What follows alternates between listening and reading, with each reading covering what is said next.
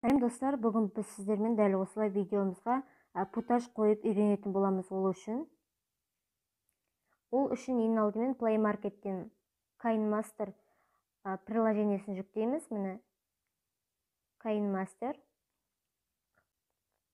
Міне бізде KineMaster, ол менде бұрын алынған, сондықтан оны аша беремін. Ал егер сіздерде жоқ болса, скачать етіп аламыз. Міне мен аштым. Енді мына жерде ортада тұрған плюс батырмасын басып, өзімізге керек форматты басамыз, таңдаймыз. Маған 16:9 форматы керек. Бастым. Енді қарайық, мына жерде өзімізге керек видеомызды таңдаймыз. Мен видео түсіріп отырғасын фонды таңдайтын болам.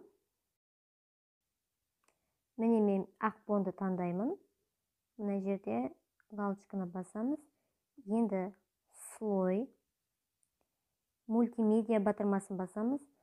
Енді өзімізге керек путажды таңдаймыз. Мен путаж қоюға ыңғайлы болу үшін путаж папкасына көшіріп қойдым. Міне таңдаймын. Мына жерде менде путаждар тұр, әртүрлі өзіме керек. Мысалы, мына бір путаж таңдаймын. Осылай бізде жасыл болып тұрады. Енді жылжытамыз.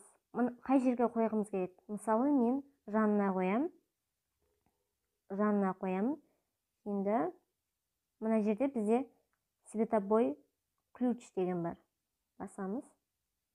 Мына жерге галочка қоямын. Міне бізде шықты. Енді жіберіп көремін. Міне шықты. Міне осылай шығады. Немесе осы путажымызды былай жылжытып ортасына, аяғына қоюға болады. Видеом ұнаса, маған тіркеліп қойыңыздар. Видеомызды сақтау үшін мына шетінде тұрған мына стрелканы басып, экспорт батырмасын басатын боламыз.